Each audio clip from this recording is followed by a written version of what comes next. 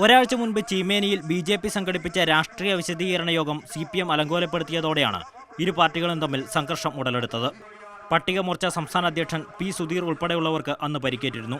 അതിൽ പ്രതിഷേധിച്ചാണ് ഇന്ന് ചെറുവത്തൂർ മുതൽ ചീമേനി വരെ സ്വാതന്ത്ര്യ സംരക്ഷണ പദയാത്ര നടത്താൻ BJP തീരുമാനിച്ചത്. പദയാത്ര തുടങ്ങിയപ്പോൾ തന്നെ ഇരുവിഭാഗവും തമ്മിൽ ഏറ്റുമുട്ടി. അക്രമികൾക്ക് നേരെ പോലീസ് ലാത്തി വീശി. കണ്ണീർവാതകവും ഗ്രനേഡും പ്രയോഗിച്ചാണ് സംഘർഷത്തിന് അയവ് വരുത്തിയത്. സംഘർഷത്തിന് ശേഷം ചീമേനിയിലേക്ക് പുറപ്പെട്ട പദയാത്രയിൽ ജില്ലയുടെ മറ്റു ഭാഗങ്ങളിൽ നിന്നെത്തിയ കൂടുതൽ പ്രവർത്തകർ അണിചേർന്നു. സംഘർഷഭീതി വന്നതോടെ ചീമേനി ടൗണിൽ ഉച്ച മുതൽ കടകൾ അടച്ചിട്ടു. വാഹനങ്ങളും ഓടിയില്ല.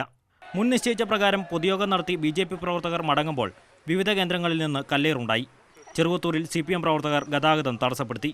അക്രമത്തിൽ പ്രതിഷേധിച്ച് റോഡ് ഉപരോധിച്ച K. സുരേന്ദ്രൻ, വത്സൻ തില്ലങ്കേരി, ജില്ലാ അധ്യക്ഷൻ K. ശ്രീകാന്ത് എന്നിവരെ പോലീസ് അറസ്റ്റ് ചെയ്ത് നീക്കി. സംഘർഷത്തിലേർപ്പെട്ട BJP CPM പ്രവർത്തകർക്ക് നേരെ കണ്ണീർവാതകം പ്രയോഗിച്ചു.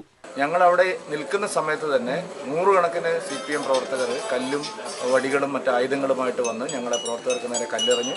ഞങ്ങളെ ആക്രമിക്കാനുള്ള വളരെ ആസൂത്രിതമായിട്ടുള്ള ഒരു പരിശ്രമമാണ് CPM പ്രവർത്തകർ നടത്തിയത്. ചെറുവത്തൂർ ചീമേനി മേഖലകളിൽ സംഘർഷാവസ്ഥയ്ക്ക് അയവ് വന്നിട്ടില്ല. മാതൃഭൂമി ന്യൂസ്, കാസർഗോഡ്.